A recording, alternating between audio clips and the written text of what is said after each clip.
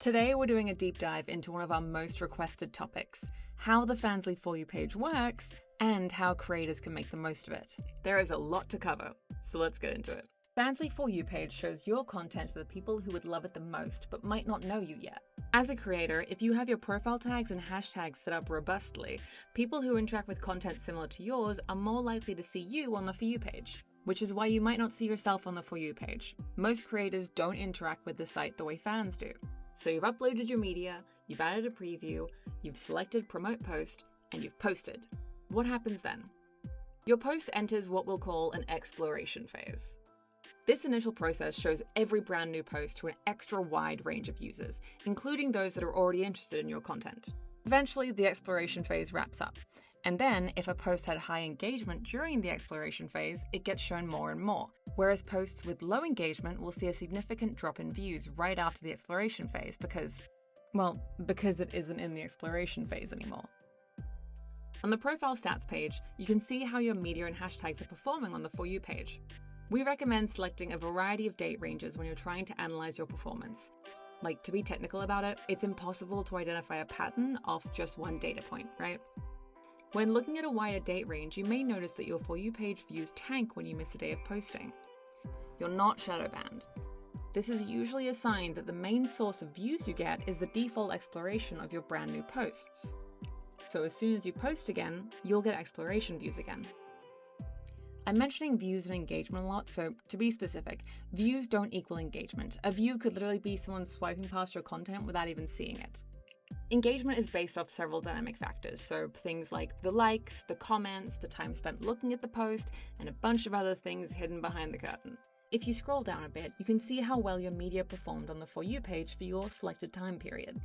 You can even see detailed stats about each piece of media compared to its preview, which really helps when you're trying to figure out what kind of previews work best for you in terms of conversions and engagement. But what content is engaging on Fansly? Well, what's the most engaging across all social media platforms? Short-form video content around the 10-second mark, especially if it has a hook. A hook is something that catches the viewer's attention, and ideally it'll create an anticipation or an expectation that keeps them watching for as long as possible. Our algorithm puts images and videos through the exact same exploration phase. Video content being generally more successful is purely a result of human nature. So for most creators, content that's ideal for the For You page might look very different to content that's ideal for your existing fans. But you don't need to make exclusive content to put out for free on the For You page if you'd prefer not to. If you want, you could even just repost an Instagram reel that you already made.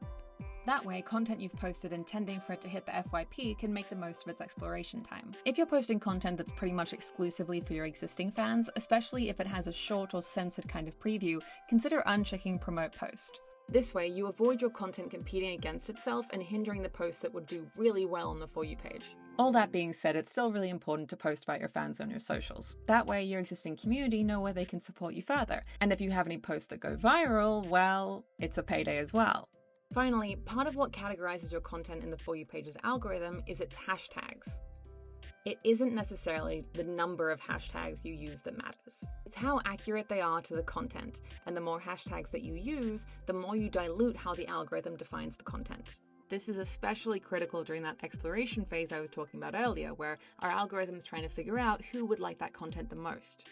On your stats page, right below your top performing For You page media is your list of top performing For You page hashtags. Maybe you'll spot which hashtags really help you during the exploration phase, or potential niches or patterns worth exploring further. Okay, that was a lot, but more can always be said. Algorithms can't always be perfectly decoded when there's a human element involved, so you might find something that works for you, which we didn't even mention. We hope this video has been helpful. Thank you so much for watching this long, and be sure to check out our other videos on statistics, discoverability, and how to thrive on Fansly.